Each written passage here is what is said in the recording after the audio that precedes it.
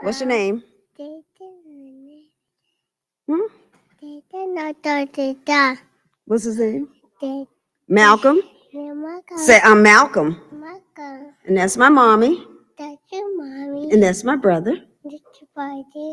Okay? Okay, so bye-bye.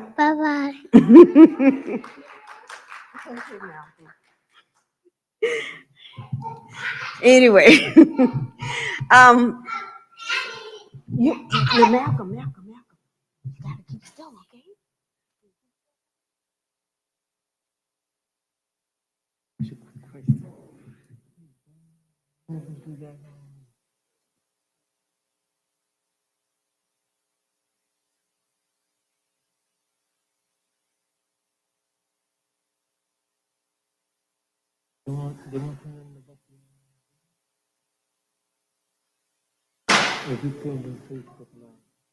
Oh, I thought.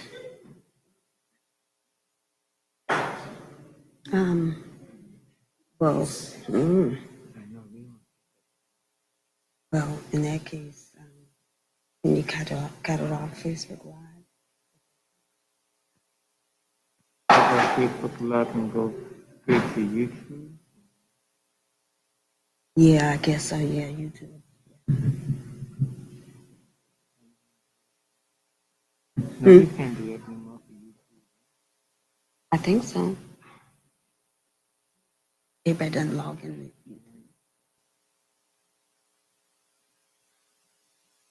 If YouTube allows it, I think it'll be okay. I think it'll be okay. But you can.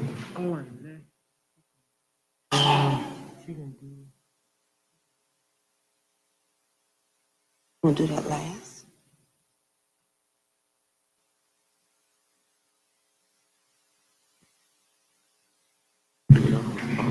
Let me ask can Shell and Dexter, y'all real familiar with y'all are very familiar with social media.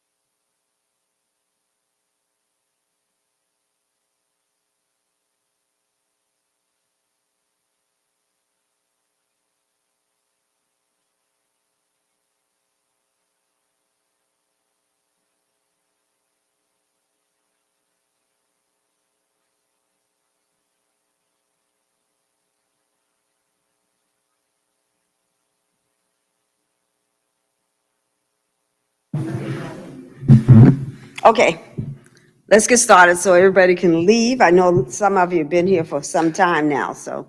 But we're going to do a program this afternoon on autism, and this is National Autism Month. It's National Volunteer Month also, and National Poetry Month.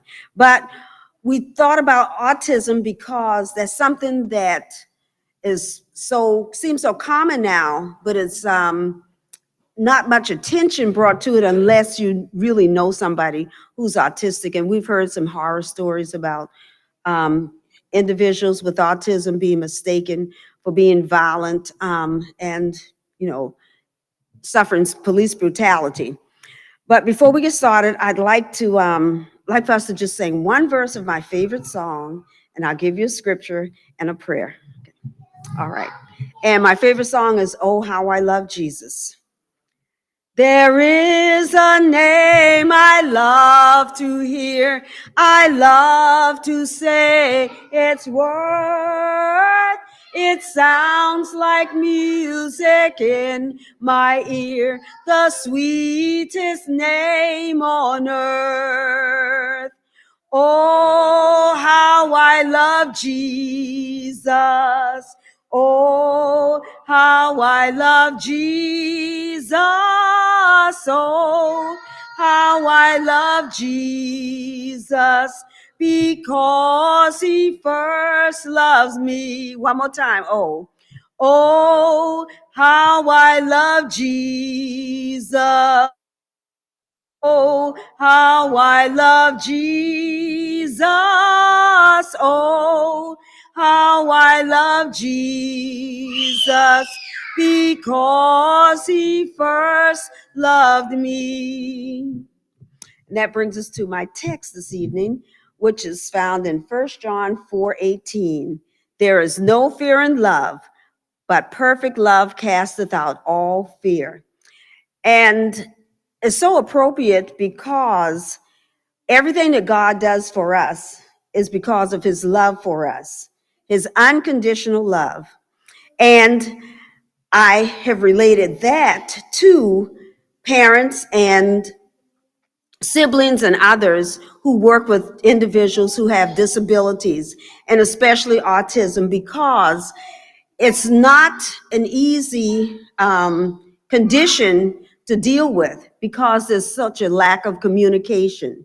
And everything that that parent does for that child is because of their extreme love for them. And we can just relate that to God's love. So I just want to commend the parents and the individuals, Dexter and Dee and David and others who deal with anyone who has autism. So Norva, I said Dee, but Norva and her husband. So we just want to take some time this evening to talk about autism, the causes of it, and some of the ways that people deal with it. And at the end, Norva is going to show a short video on YouTube, from YouTube, about it. So if David is ready, no, he's not ready. Pardon me? Oh, you're waiting for him to come on? Okay. Well, we can start with Dexter. I know David has to travel this evening, but we'll start with Dexter. Dexter is a resident of Dorchester, Wayland, and he founded, along with one other person, the Wayland Heart Group. And they worked with us when we did the big outreach on, what, 2 or 3 weeks ago, about 3 weeks ago. And he organized on the Wayland portion the homes that we went to, and the needs of the individuals, the seniors that we worked with. And hopefully we'll get to do it again. But Dexter is going to tell you about himself, because Dexter is on the spectrum. So there's a and as we know, well, as some of us know, autism is impaired communication and social interaction with others. So anyone with autism, is difficult for them to communicate and with others, and for others to communicate with them. There's no known cause for it. Some people have said that some of the injections, vaccines that kids were given years ago may have caused autism, but there's no definite reason why people have autism. But maybe Dexter can give us some of the symptoms. Yeah, some of the symptoms, and also any other information you may have about it. This is Dexter White. I'm actually really greetings, salutations. I feel like I need to give my pastor and my church when I stand up here. But yeah, so my name is Dexter D. White, one of the founders, one of the executive directors for the Wayland Heart team in the Dorchester Wayland area. I also do like training, facilities, training, facilitating, and like diversity, equity, and inclusion stuff. So actually, Ms. Joyce reached out to me because I'm always making posts about being on the spectrum, being self-identified as having autism, or at least being on the spectrum, because technically autism is a spectrum, meaning that you can fall anywhere between there on that spectrum. Some people have more prominent symptoms of autism versus others. So one of the reasons I self-identified, I actually plan on getting tested soon, is my entire life, I've taken longer to process information. For example, a lot of people don't know this, but it took me like until I was 21 to actually learn how to drive. Just couldn't get my concept around driving and like paying attention to one side of the road and like staying straight. Even now I have to kind of concentrate to keep my car straight. And little things like that is how I kind of noticed. As I also was growing up back in the day, and I think I never was identified as having autism because back in our days, a few years ago, it was known as being spastic, bad. Oh, you need to sit down. You don't pay attention. You don't focus. But those same kids are usually one of the smartest people in the rooms, and they can read, they can comprehend at a very early age. Kind of the same concept with me. I always used to read, always liked numbers. However, I didn't like to be touched unless you kind of tell me you was touching me. Another symptom or another sign of autism, not wanting to have touch. And that goes into the whole sensory perception aspect are on the spectrum. I also have texture issues. Certain foods, people can say, oh, you can't taste the mushroom in that spaghetti. I can taste the mushroom. I cannot eat that. I know it's weird. I do not like okra soup. That texture of okra, like your mouth should be not like that wetness the whole time. Like, but anyways, that's part of the whole thing. Like texture bothers me too. Like I don't like certain things on my skin, sensitive skin, certain perceptions. On occasion, I don't like loud noises.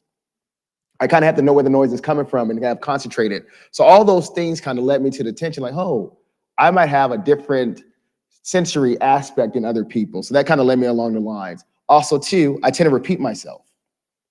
For example, the other day I was cooking crabs for my family and I was like, oh, I make the best crabs. No one really responded. And I was like, oh, I just added this sauce. I make the best crabs. I literally repeated myself because I didn't feel heard, which can be another sign. So those little things that you notice can let you know how to interact with the rest of the world.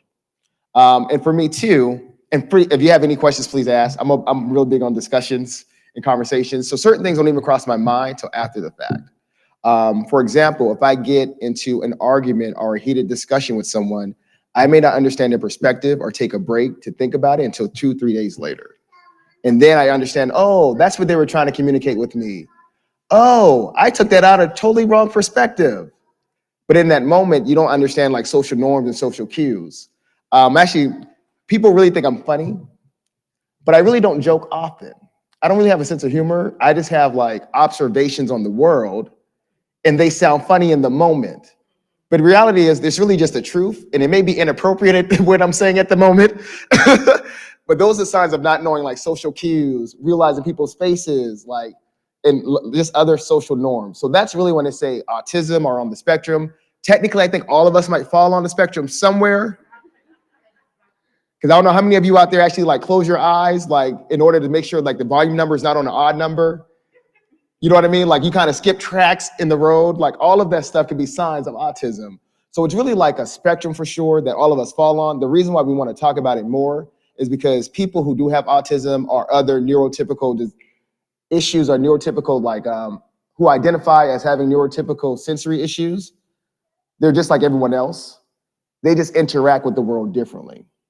And that's why it's really important to make sure we understand that so we don't treat them with kid glove, but understand they're just like everyone else and know how to interact with them and understand that don't take it personal. They're just perceiving the world differently. And honestly, me recognizing that I do have like, that I'm on the spectrum has helped me realize for other people, putting myself in their shoes and their perspective, because you would never know someone else's journey or what they're thinking or how they're going to go through it. I also STEM. So stimming, for people who don't know, is like if you have something in your hands or you want to get out energy somehow, some way. So you might see people jump up and down a lot. You might see people tap on their knees or just like fidget or stim. I tend to do this. And I try to do it, not secretly, but like in my hand, like, because things are going on. I'm like, okay, trying to concentrate, try to get that energy out. So all those can be signs, but you definitely want to get diagnosed so you can have the best support system possible. And I'm so glad that we're talking about autism and other accessibilities nowadays versus in the past, because it allows for development from the beginning. It allows for support from the beginning. And I know it's hard for parents because all you're trying to do is the best you can do. I know it's hard for caregivers, period. All you're trying to do is the best you can do. And the tools of the past don't work like they used to. So recognizing that someone thinks and perceives a little differently, it lets you get the right tools to help them in that moment. And reach out for help if you don't have the tools, and that's okay. Some of us don't have all the tools. We don't have all the knowledge. We don't have all the concepts. Neurodivergency is a new word in autism because it wants to cover all the spaces of people that just don't think typical as other people.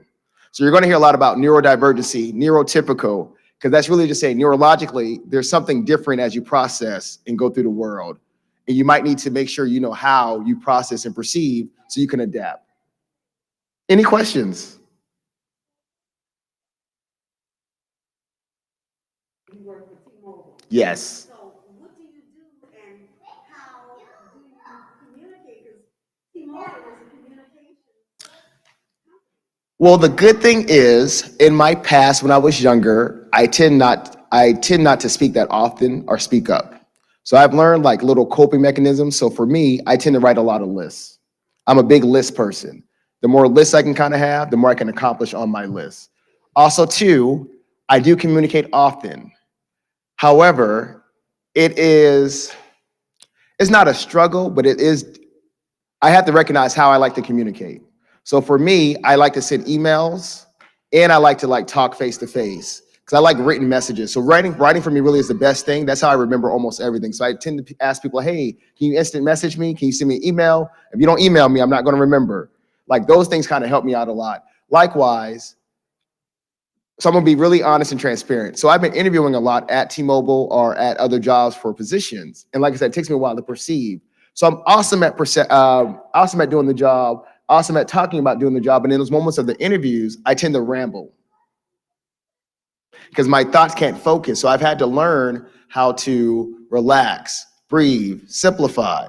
And sometimes I don't communicate the best. And it's really important for people that I work with to kind of understand, I think a little differently. Another transparent moment, the good thing is one of my previous bosses has a son that had autism. So she kind of knew to let me know things ahead of time. Like if we had a big meeting come up, she'll say, hey, we have a meeting on Wednesday. Don't come in and like be caught off guard. Because change, I don't know if you guys know this, but change kind of like, yeah, it takes me off my rocker on occasion. Like I like to know what's going on. I get flustered, frustrated. I can adapt, but I need time to process what change is going to happen and understand the good and the bad of that change. So letting me know ahead of time, I love agendas. So if you let me know like an agenda ahead of time so I can know exactly what we're going to talk about, that helps alleviate some of the stress and anxiety for me. But it's always evolving. And I've been honest and vocal more often now about how I want to be talked to and perception and what it takes to kind of communicate with me.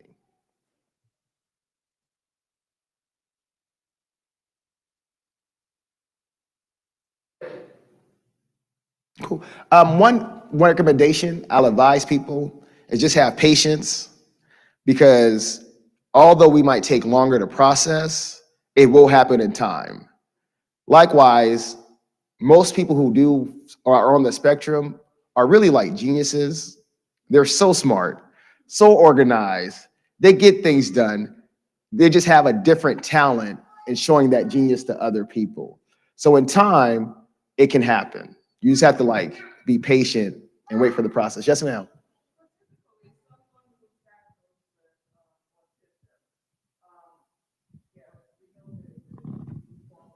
Mhm.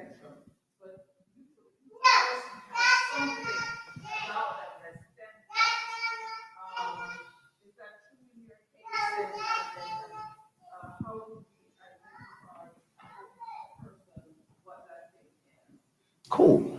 Awesome. So if I hear your question correctly, everyone has a little bit different manifestation of the symptoms of autism. So how do you kind of recognize that?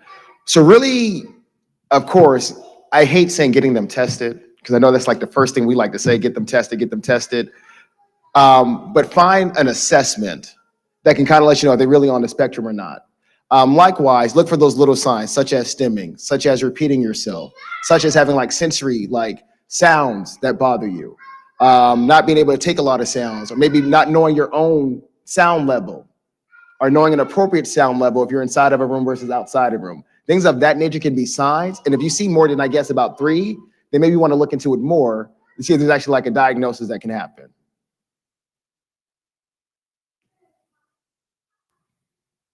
I know that there was this show on. There was a series, the Good Son. What was it? The Good Doctor. Yeah. Yes, and he was autistic, and he had this great ability. I mean, he's very smart, and I thought that every person who's usually autistic has some great ability, you know, And have you found out or realized what yours is? For me, honestly, I love numbers. Love numbers, like love statistics, love math for sure.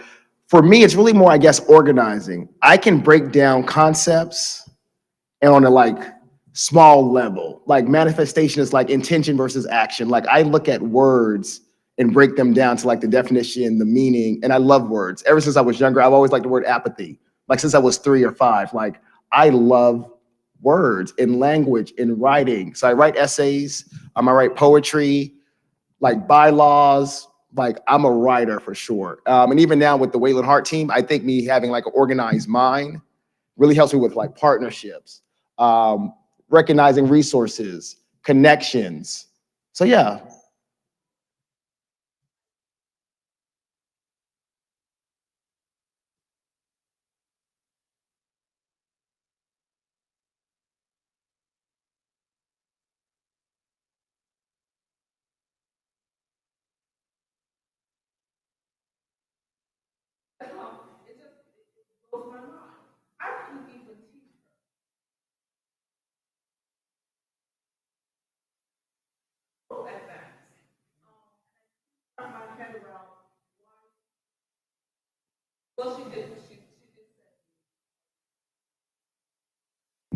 very difficult because she's been through so much because she was misdiagnosed, that she was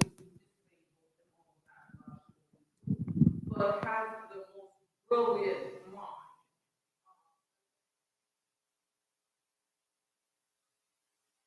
I was just there as a facilitator.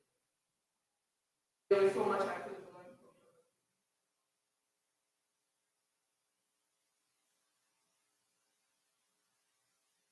So I still am amazed at the great works that she's able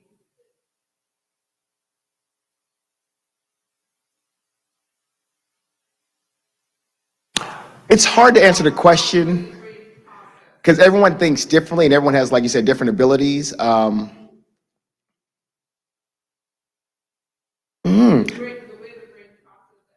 I know it's weird. Even now, as I'm talking to you, because people always ask, like, how do you think? Do you think in pictures or words? I think in both. I think in both. I don't even think twice about it. So that's why I said it's kind of different that you say that. Even for now, I'm actually in therapy for the first time, and I love it. But even my therapist, like you said, like she's there more as the facilitator. But I really believe God has already told us all what we need to do and not know. Like He's already prepared us and gave us all the tools possible. We just need somebody to help bring it out sometimes.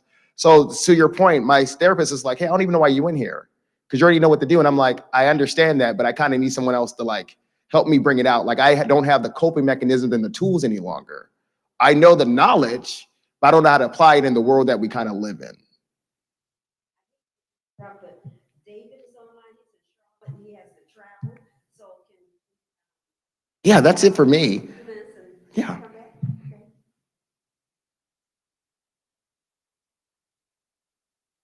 Okay, this is David Thrower, and he works with Josiah, my grandson. Well, not works with him, but that's his child.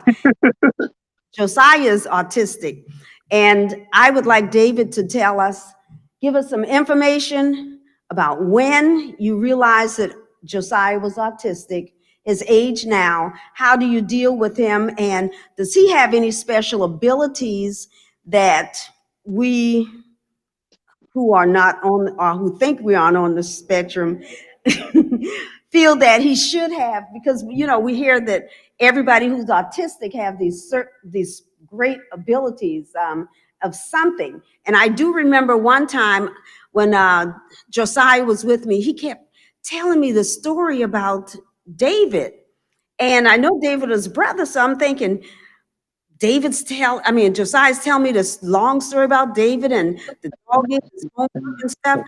So he kept saying the same thing over and over again. And I finally went online and realized he was reading me the book that he learned in school about David and when David gets in trouble. But anyway, this is David Thrower. I'm sorry, that's JoJo. He's sitting here listening to you all. Um, So first and foremost, I just wanted to say, Unmute yourself. We can't hear oh, you. I'm muted. You can't hear me? Hold on. Hello? Hold on real quick. Check, check, Still can't hear you. check. Hold on.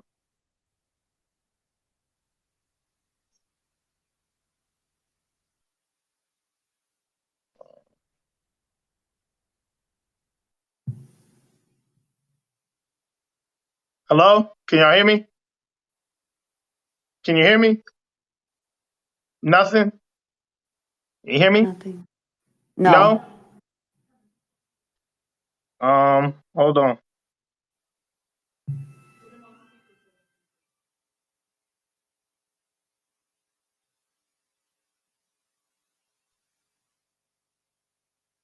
Can you hear me? Can you hear me? No. No? Still can't hear you. Can you do it on the phone? You want to do it on the phone? Hear me? Can you I hear me think now? there's a menu at the bottom of the screen. Can you Tony, hear me can you now? help? It's a Can you menu hear at me the now? bottom of the screen. I'm looking. Can you hear me now? No? Can you hear me? No? Is it like Zoom where you do video?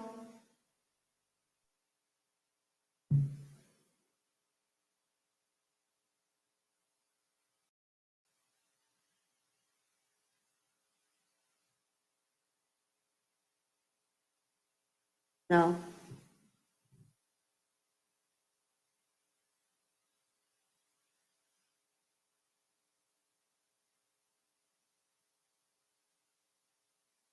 Can you hear me now?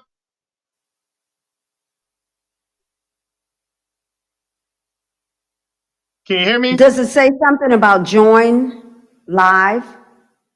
Studio. Still can't hear it.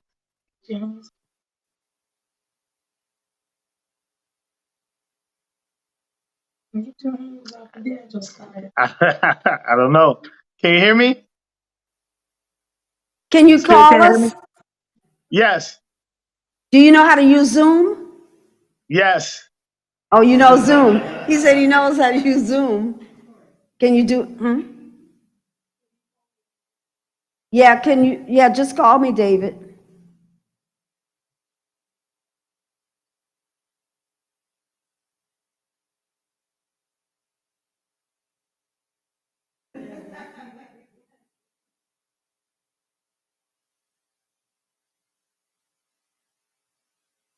I have a really good memory.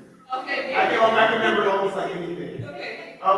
Like photographic. See, take a minute to realize your question. I was saying that all the time, like, I think that's what she, okay. That's why they think you're funny. But I'm so serious. Yeah, I just realized what you were asking.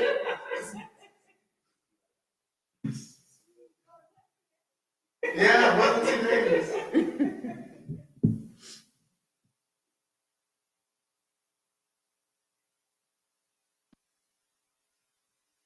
Check. Check. Check. Check. Check. Can you hear me? No, we can't hear you. I see the microphone bar moving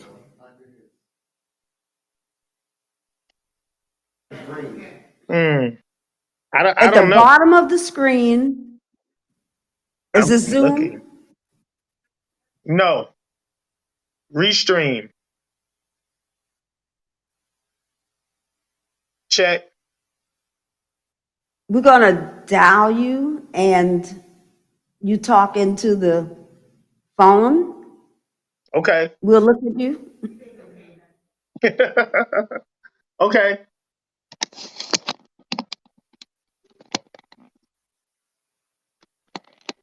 We'll look at you on the screen and you call me. But on the bottom of the screen, there's a menu and it should It's not. say, I've already look up done that. the live chat. Oh, okay.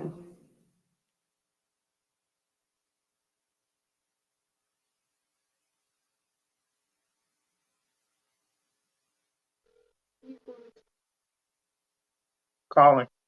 Okay.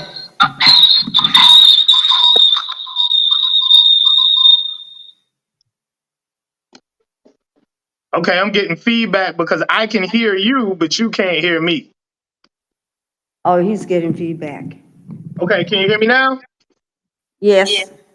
All right. Great. So, perfect. You muted the mic. Great. So first and foremost, happy Sabbath, everyone. Happy Sabbath. So, my journey as far as having a son who has autism has had a lot of ups and downs.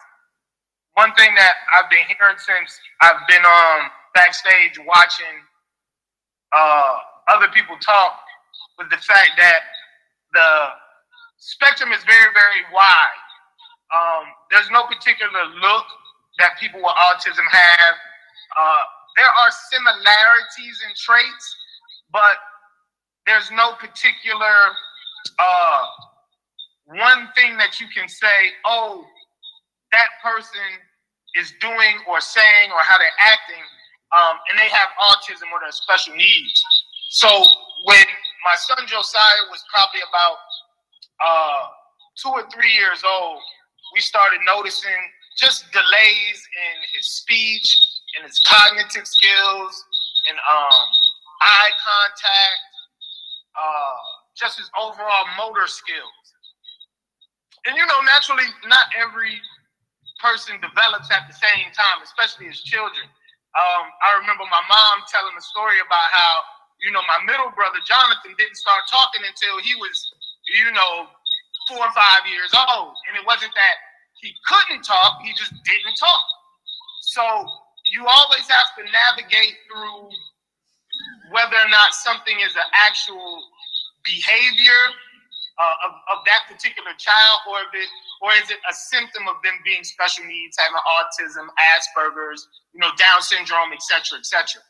So once his mom took him to start getting diagnosed, started getting him looked at, naturally they wanted to do a diagnosis pretty quick. And a lot of times these doctors, these therapists, they'll do whatever is necessary to get the buck, to get the money, because there's a lot of funds out there available through the state and through the federal government for people who care for people with special needs. We even see it in the school system. Kids who are in special education tend to stay in special education longer than they actually really need to. Some of them don't even need to be there, but there's a lot of money in it for people. So you have to sort of navigate between, is this person trying to help my child, or is this person trying to get a check from my child? So once we were able to determine that, there really was something up with Josiah, that's when we started getting help, started getting therapy. We've tried to stay away from medicine as much as humanly possible, but in the beginning, it was extremely hard because, he would have meltdowns. There would be a lot of stimming, and the young man before me brought up stimming as far as sometimes rocking, tapping your feet, tapping your fingers on the desk. It's something that we do as a coping mechanism when we're nervous or we're scared. And everybody does it. Everybody does it. But people with autism tend to do it a whole lot more. Or sometimes it's talking to themselves, repeating the same thing over and over again. And we do that as well.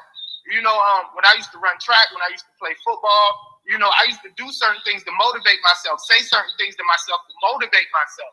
And I find my son doing the same thing, but with autism, it's always amplified.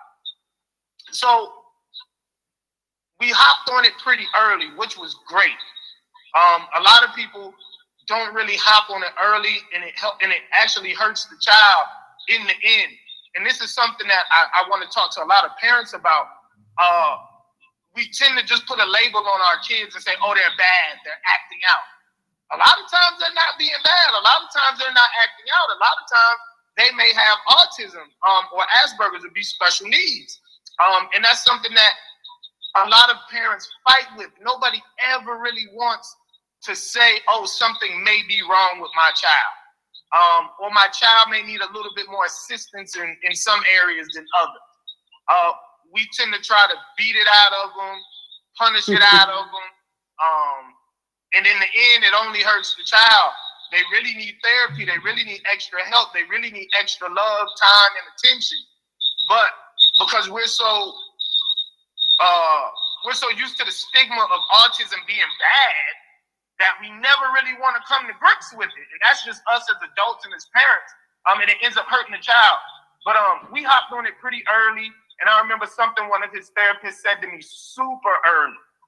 She told me, doctors only see your child once every 4 to 5 months for maybe 30 minutes. Us therapists, we only see your child maybe once or twice a week for an hour. You're around your child 24/7, 365. You have to be the person to tell us what's going on with your child. And you need to analyze your child and work with your child on your own to figure out what works and what doesn't. You cannot depend on us too much because we only see your child every so often. So I feel like a lot of times parents of children with autism depend on the doctors and the therapists way too much. And it ends up hurting the child in the end. It's hard. I can tell you it is hard. It is time consuming. You got to have real patience. And things can change at the drop of a dime. Your child can be having a good week and can be on point for 4 or 5 days, and then boom, something sets them off, him or her, something sets them off. There's a change in the schedule, whatever, and it just completely throws them off. Also, you have to tap into your child's strengths, and you have to really, really work on your child's strengths. Because as somebody said earlier, you know, a lot of kids with autism have special powers. It's just as if you talk to somebody who's blind, or if you learn how to communicate with somebody who's deaf. Where some senses lack at, their other senses are heightened. So with people with autism, a lot of times their senses are heightened. And that's why they can't be around loud noise. They can't be around bright lights. They can't be in situations where there's a lot of people around because their senses tap into all of that. And it sort of, you know, drives them kind of crazy. You know, it sort of, makes their senses go haywire. So you have to tap into what your child's strengths are and learn how to sort of, get them under control, help them get them under control, and then take them and take it from looking like it's a weakness and actually making it a strength. So one thing about Josiah is he has a photographic memory. It doesn't take him long to memorize something, learn something, and be able to spit it back out. And sometimes he can spit it back out, at the wrong time. You gotta be extremely careful about what you say to him because his memory is photographic. So rather than saying, "Oh, gotta be careful what you say around Josiah because he'll spit it out," and looking at it like it's a problem, you have to learn how to communicate with him and feed him positive things that can take the space of whatever negative things. So that's why when I say, you have to figure out what may look like a disability or may look like a problem, may look like a weakness, and it's really a strength. You have to take it and turn it into his or her superpower. Because one thing I've learned about Josiah is, if you feed him the negative, he's gonna regurgitate the negative.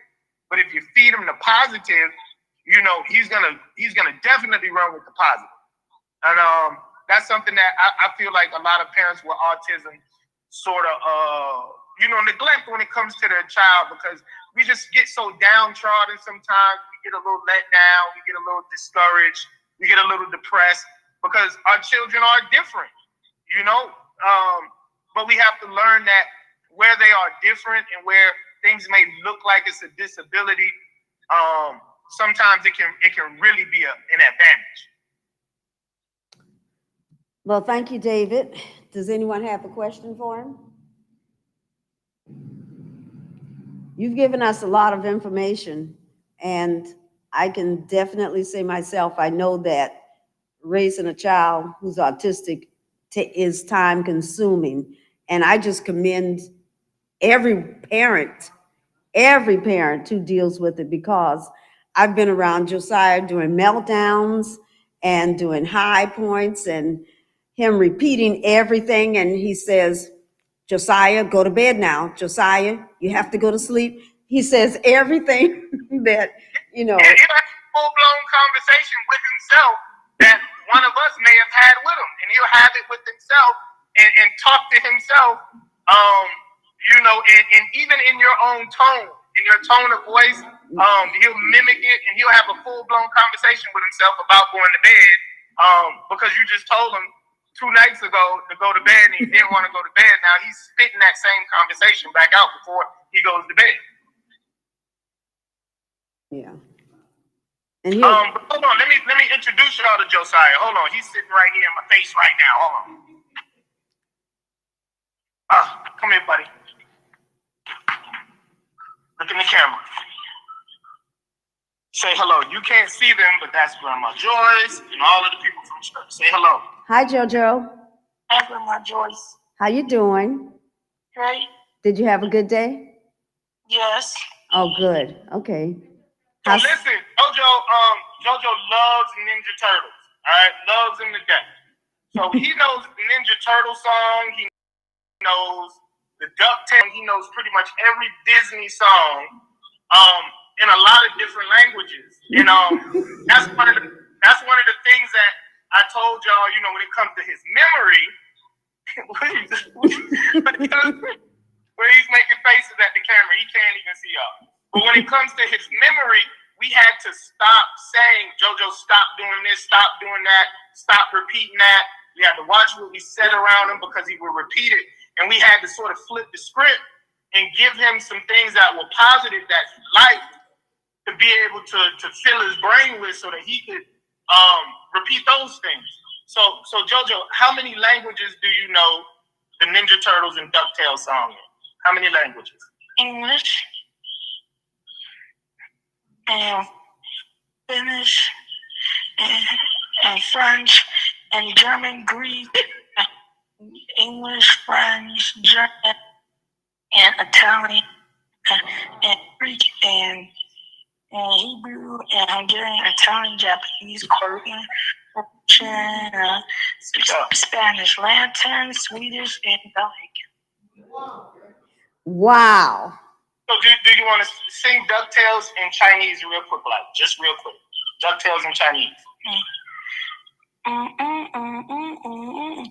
三位是问万物上电话不上昂着跑在面手起要面不起的那些生命传的是必须传授 All right, hold on. You doing it in German real quick?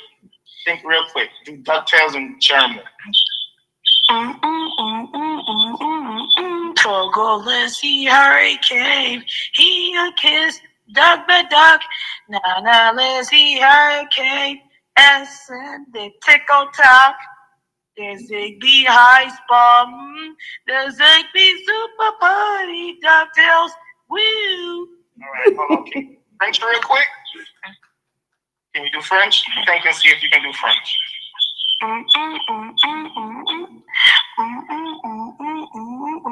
C'est le pico passe de doupari bisou, bisou. Sing the nisa do make and bisou, bisou. All right, that's good. All right, so the thing is, you have to really take whatever his weaknesses are that you may think are his weaknesses are, or the things that may be troubling you as a parent, the things that we feel like sensory are bad, and really hone in on them and strengthen them, because he knows the Ninja Turtle song, he knows the DuckTales song, all of the Disney songs, and all these different languages. And all we did was make sure that he learned them. He listened to them maybe 3 or 4 times a piece, and then he was memorizing because his memory is so good. Congratulations, JoJo. Oh, great. Love you. Love you. Bye. Bye. All right, buddy. Okay, David, you have safe travels. All righty. Happy Sabbath, everyone. Thank you. Bye, Mom. Bye. Okay, Norva, we're going to give you some time. Andy. Or do you want to do it with you first and just you first? Okay.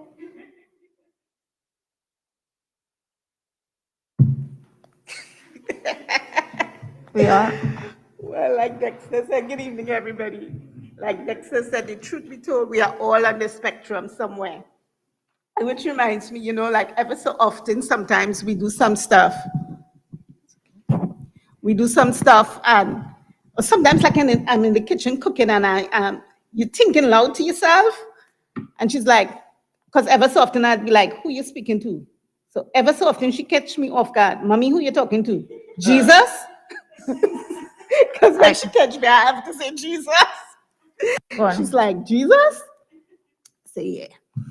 So for us, like when Joyce asked me to do this, I was like, okay, so how could I enlighten people as to what autism is? So the Oxford Dictionary does not have a definition of autism. The Nurse's Medical Dictionary said that is a process of self-absorption and abnormal dislike of the society of others. Infantile failure of a child to relate to people and situations, leading to complete withdrawal. In our situation, we did not cover that broad spectrum because I have a hugger, and ever so often we have to stipulate boundaries that you're not allowed to hug any and everybody. Actually, in elementary school, she got the President Medal for showing affection because she see anybody hurting, anybody crying, she would be the one to come up to you and hug and say, don't worry, what happened? It's okay. Everything is going to be all right. So early o'clock, we had to stipulate boundaries. The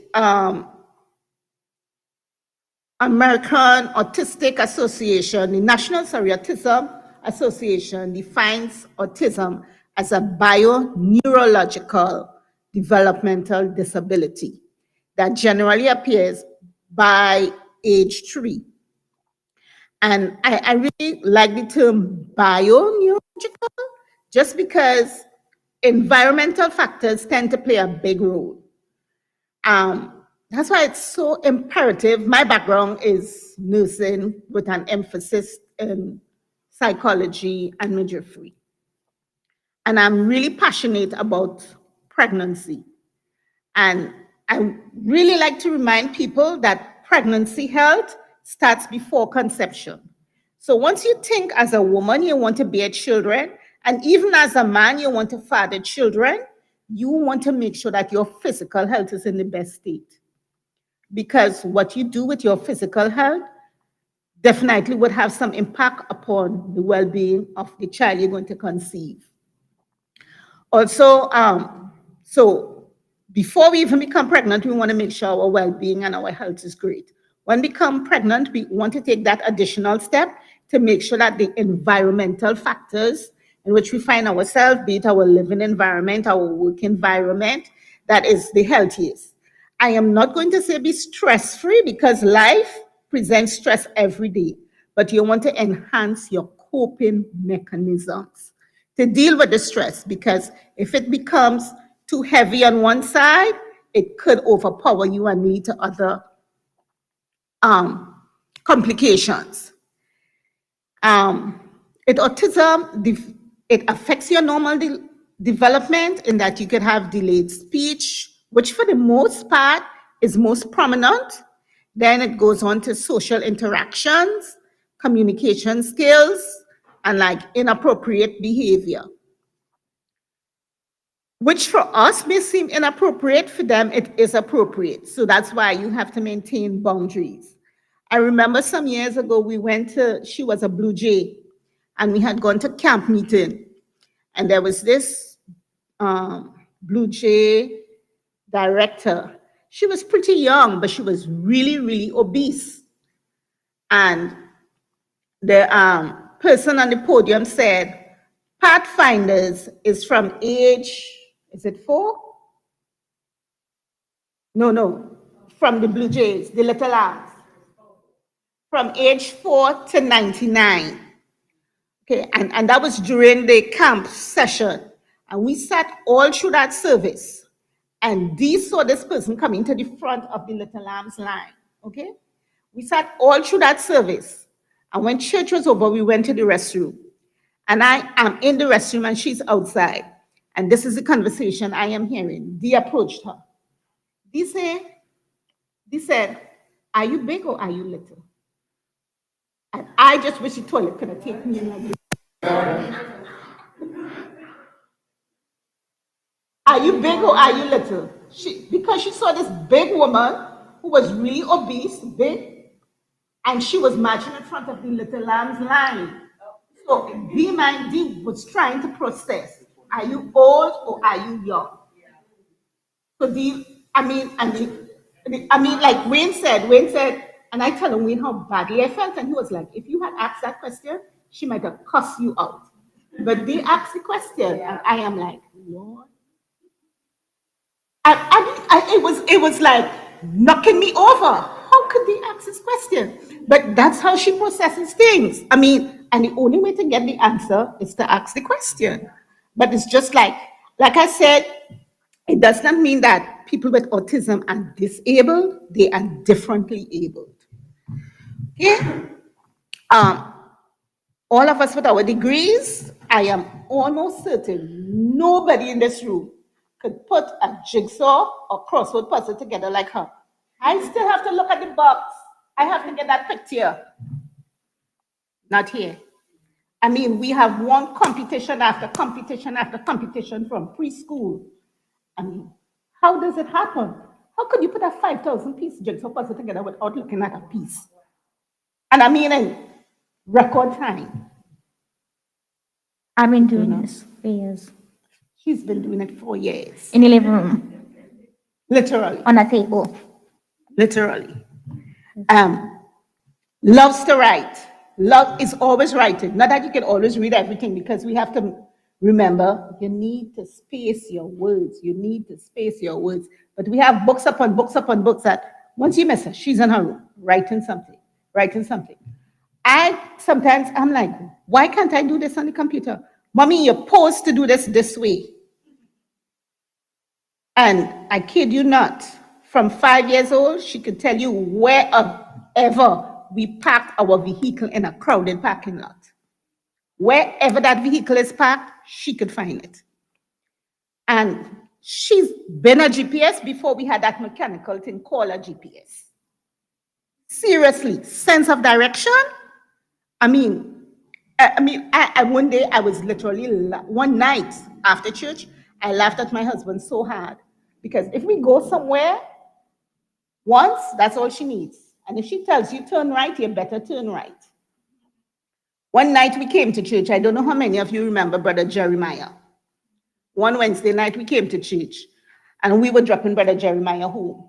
Wayne and Brother Jeremiah to the front, Dee and I to the back. And they talking hands down. And Dee said, Mommy, Daddy was supposed to turn there. Didn't turn there.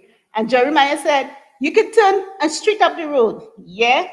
We went, turn on that street, turn right or wrong, left, right, and center, and had to come back where Dee said he was supposed to turn when we were going to drop the man by his house. And get at home. You understand? That's the kind of GPS mind that we deal with at times. Typically, sometimes they have issues with verbal and non-verbal communication. like I said, for me, with us, sometimes we have to repeat what needs to be done. Sometimes OCD is like crazy. You need to maintain a schedule. Don't abruptly change things. But it has a lot to do with what you reinforce as a parent or a caregiver, because like everybody else said, when you see a strong point, jump on it, run with it, do everything you could to enhance it. I made the parental decision at the beginning of high school to pull her out of special ed. Because if you challenge them, they're going to go to the limit. If you do not challenge them, they would settle for mediocrity. In my upbringing, can't was never a word in my single family home. Can't was never a word in our dictionary. Our mantra is that I can do all things through Christ who strengtheneth us. And I went to parent council after parent council when she started high school. And I'm like, Dee does not need to be in a special ed class. And they would be like, they're afraid for her to navigate the corridors of the high school because they think she will get lost. And I am saying she might get lost once.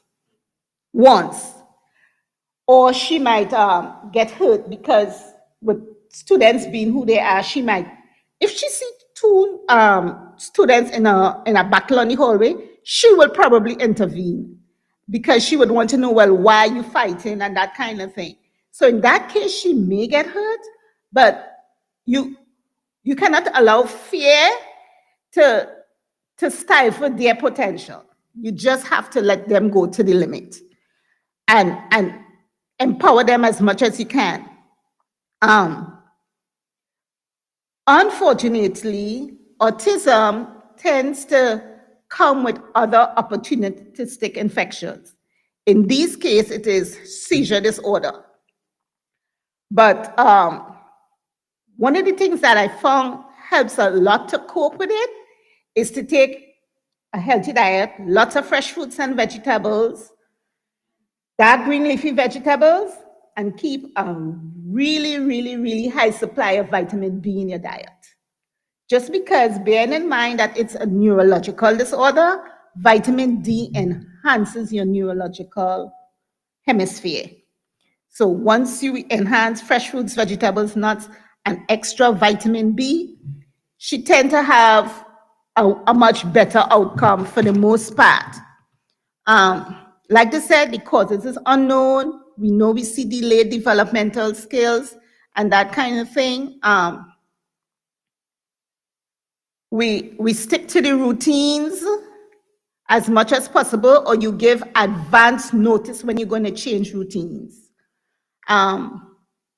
Could be a parrot at times. And for the most part,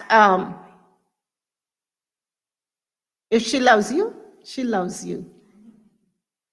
I have not heard the very extreme of the opposite side, but I don't know what we would do without her in our lives, really.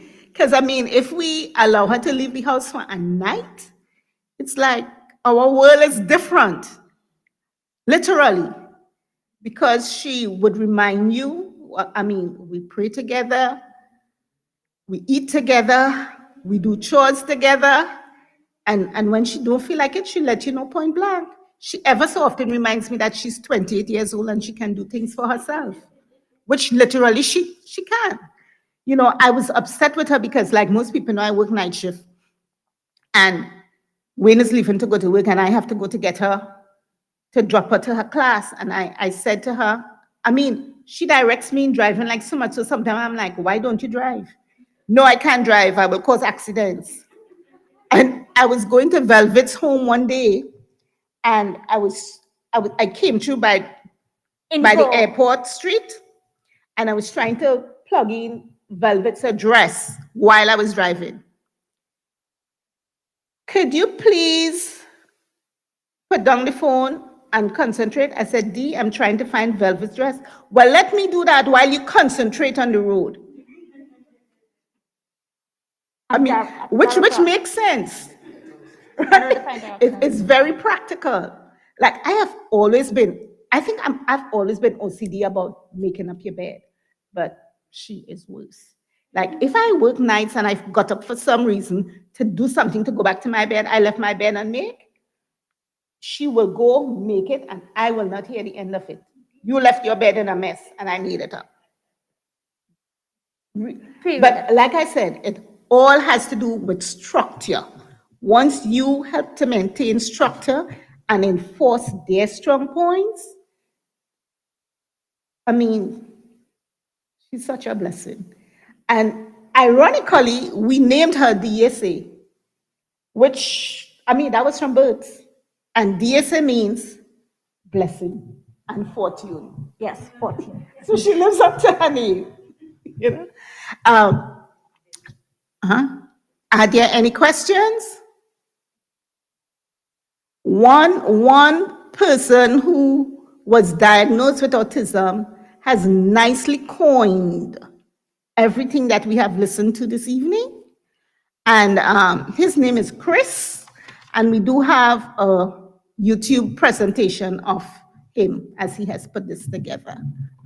Are we ready?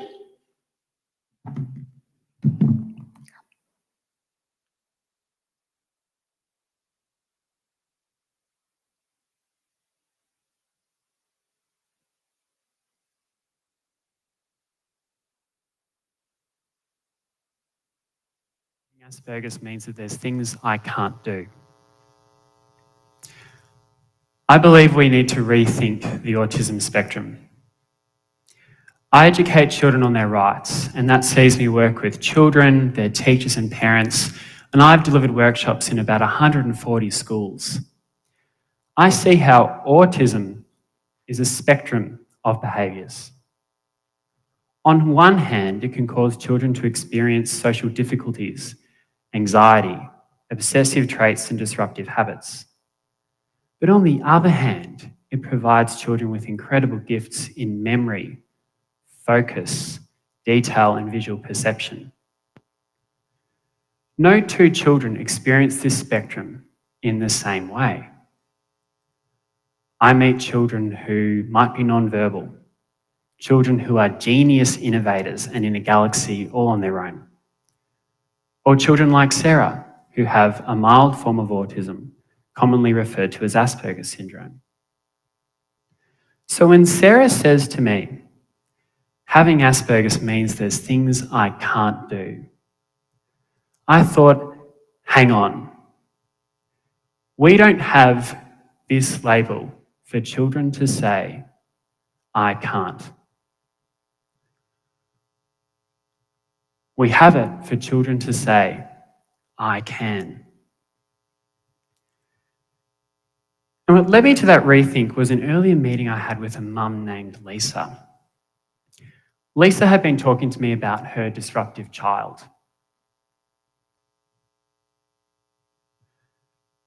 Imagine if, simply because your child doesn't know how to socialise with other children, the world outcast your son or daughter as the weird one.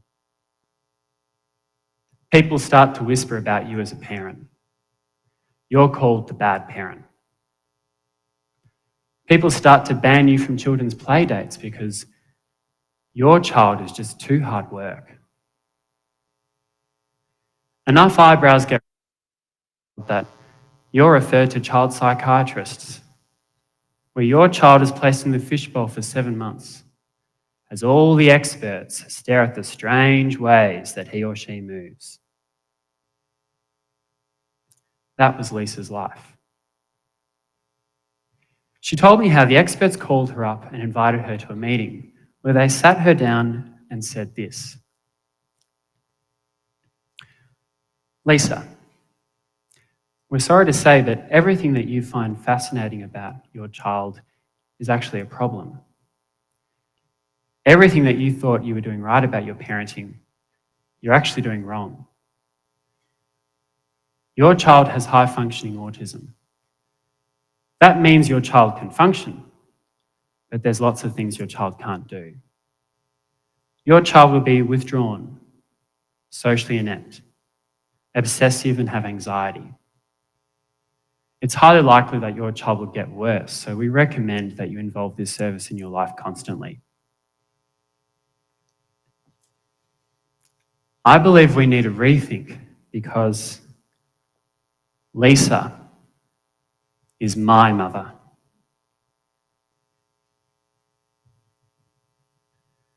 And I am that child on the autism spectrum. I am living and breathing her rethink. What my mum did for me when I was growing up was she wielded this quiet magic around me. She worked in the background to set up a network of people, of just family and friends, that always helped me say I can when I found myself facing an insurmountable challenge. They were the people that always worked on my gifts and helped me control my difficulties. Now, she used my label, high-functioning autism, to alert my primary and secondary teachers of the type of learning environment that would most enable me. And with me, every film she made me watch, every book she made me read, had this I can ethos to it. My childhood was full of stories of children that had overcome adversity. Now, this was no dream for Mum. I certainly was no picnic. I asked her recently, just how bad did this get? That's a very dangerous question to ask your mum. And she said, well, Chris, there was your finger painting. And I thought, what was so different about my finger painting? And she said, well, Chris, you did finger painting with your own feces. And I thought, whoa, I had that reaction. I was like, how did you survive me? Because the thing that she never let me do was she never let me opt out of things. I never wanted to be social as a child, and she just refused to let me use autism as an excuse. And so I would pay it out on her by throwing these tantrums.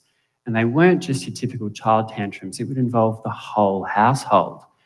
One of them was so bad that simply to avoid from throwing me through the window, she picked up my school bag and threw it across my bedroom, and it managed to go through my bedroom wall. And I shut up after that one.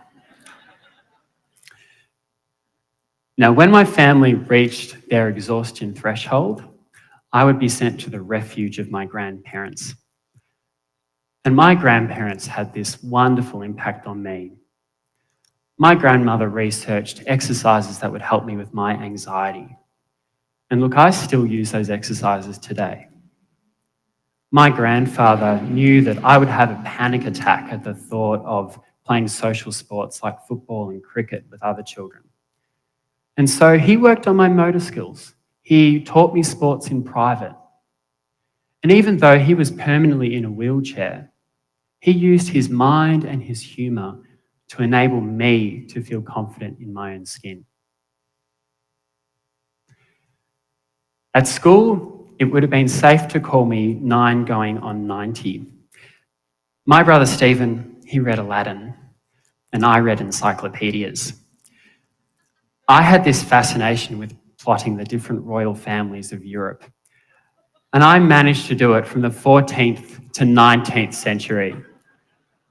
And I had distilled it down into this incredibly visual and detailed chart. And so when my grade 2 teacher, Miss T, set an assignment, I marched this chart up to her because I just felt I have found a new way of seeing the last millennium. No wonder we have so many revolutions and conflicts. These families are way too connected, small community, completely out of touch.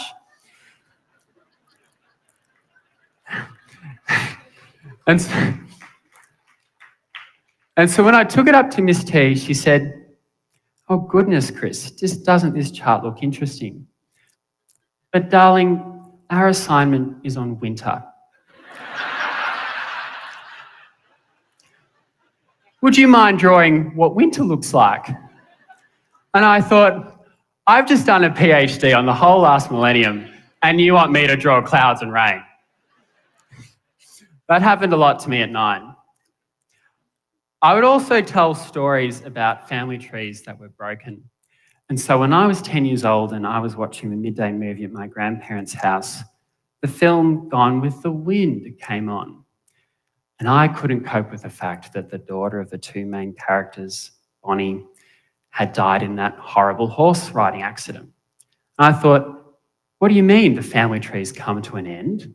There's no sequel? At 10, I'm going to have to continue that work. And so I actually published a sequel to Gone with the Wind. I even threw in a sex scene because that's what my autism and visual perception could do with sex ed. Raising me was also entertaining. Now, I was very lucky at school to have the advantage of making some great loyal friends. At primary school, my friend Erin could tell that my brain just absorbed every minor detail in class. And so she would help me to focus on classwork because I often wouldn't get good marks because I'd trail off into minor things. She helped me to focus. When I was a teenager, it was my friend Tim that helped me to pick up social cues so that I was less vulnerable to bullying. Because unfortunately, in Australia, 80% of secondary students with Asperger's syndrome are targeted in schoolyard bullying. When school was over and I lost the safety net of my routine, because people on the spectrum love their routine, my friend Alana helped me to focus on getting uni right, on dealing with my anxiety, and looking at campaigning, volunteering, and children's advocacy as a new focus for me. And of my teachers, it was an extraordinary woman named Christine Horvath who met me at 13 and could immediately tell that I just had this different mind, that I moved differently, and that I had a way with words and memory and creativity. And so what she did was she set up platforms for me to tell stories. And I moved from the kid that no one really knew how to take to the respected storyteller in the schoolyard. And I've just been following that pathway ever since. And so when I think about this network that my mum started, I know what she saw when those experts sat her down. When they said that I couldn't do things, she just chose to say, but he can. When they said I would struggle, she chose to think of strengths. When they said that this would be ugly, she chose to see that this could also be beautiful. And there's another way of putting her rethink. My friend and I agree that men are from Mars, women are from Venus, and autistic people are from Pluto. We go to this next slide. My brother on the left, Stephen, the boy's boy, he's definitely from Mars. My sister Marion in the middle, she's from Venus. And the boy on the right, with his socks pulled up, with his shirt tucked in, his top button done up, and a comb over without one hair out of place, he's from Pluto. I look at it now and I'm like, I was just ahead of my time. I'm basically donning the 8-year-old hipster. I basically paved the way. But if we actually entertain this thought for a second, Pluto in our solar system has this fundamentally unique orbit. It moves in a different way. And it's the same for children on the autism spectrum. Our orbit, or our mind, just moves differently. That doesn't mean there's things we can't do. Hell, we can do most things, and we can even throw in a little extra. Our mind can move like lightning on certain subjects. Language, spelling, and words were what did it for me. But our mind, our orbit, can sometimes take longer to adapt in the area of social skills, but it does adapt. I can't tell you how confusing my literal mind found sarcasm as a kid. Let's just say you could take a joke a long way. And so I realized that when Sarah said to me, I guess having Asperger's means that there's things I can't do, that she's in an environment where people stare at her different orbit and point at it as a deficit. Whereas I came from an environment where my brave mother removed my disorder by creating an environment free of the stigma that would inhibit me. 20 years has passed since I was diagnosed. Experts no longer talk to parents like that. Health innovations have come a long way. But in my work, I see this stigma holding kids back all the time. And it's going to require all of us to do something about it. Because we're all going to work with people on this spectrum. 1 in 88 children in the United States are diagnosed as being on the autism spectrum. And these children can bring extraordinary value to your life. Here is Leonardo da Vinci. Author Michael Gelb has researched Da Vinci's life, looked at the way he gathered notes, his visual perception, his detail and focus, and concluded that this man was far advanced on the autism spectrum. Look at the value he gave us. The Renaissance. Now, the lesson from Da Vinci's life is not that every child on the autism spectrum is going to be exactly like him, because they can't be. It's a very broad spectrum. The lesson is, though, that this man had a network of people around him that worked on his gifts and helped him control his difficulties. That network, his I Can network, started when his father, Piero, took his son's paintings to a painter friend named Verrocchio and said, "Look at what my son is doing." And Verrocchio looked at these paintings and instead of pointing a finger at a different orbit, he said, "Bring me into that orbit." Now consider this. Do you think if Da Vinci was born today, he would be able to do now what he did then? I worry that our tendency to mark kids, to label, to hold them back, is stifling the Da Vincis of today.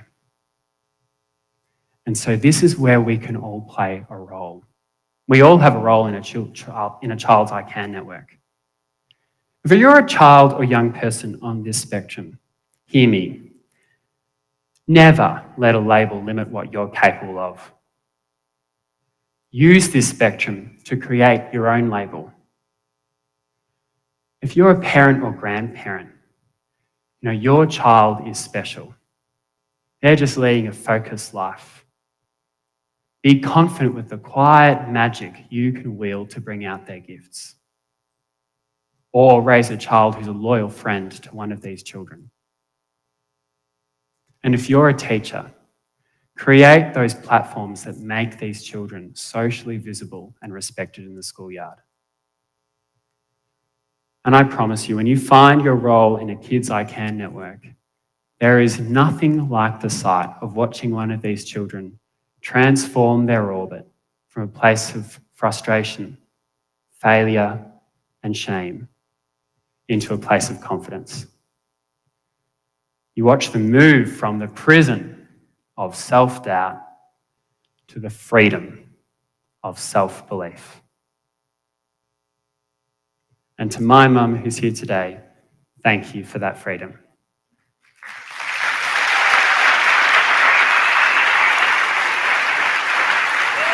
Thanks, bro. Thanks, bro.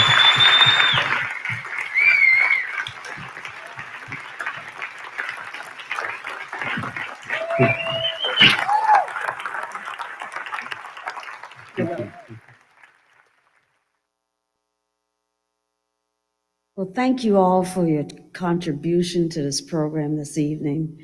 Dexter, Norvin, Dee, and David, and Josiah. Thank you.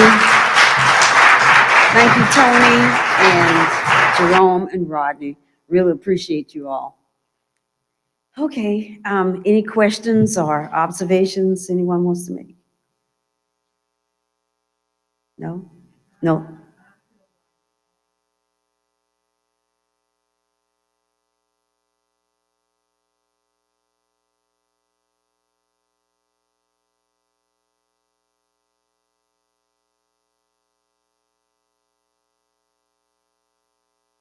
Mm-hmm.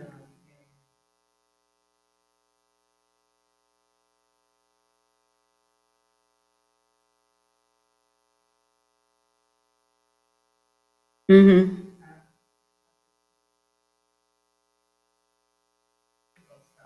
Yeah. Well, it's a revelation. Yeah. And we can concentrate on the strengths and make the best of that. And I can tell you from Josiah, I was shocked when he could recite all this stuff in all those different languages.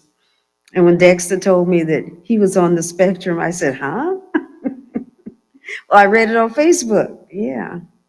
But I mean, look what him and Dee and JoJo are, and so many others. So instead of misinterpreting others, we can kind of think that, and realize that they're not different because they're bad or because they're not like us or what we perceive that they should be. They're different in their own way, and God made them that way. So thank you, everybody. Love you all. And let's say a closing prayer.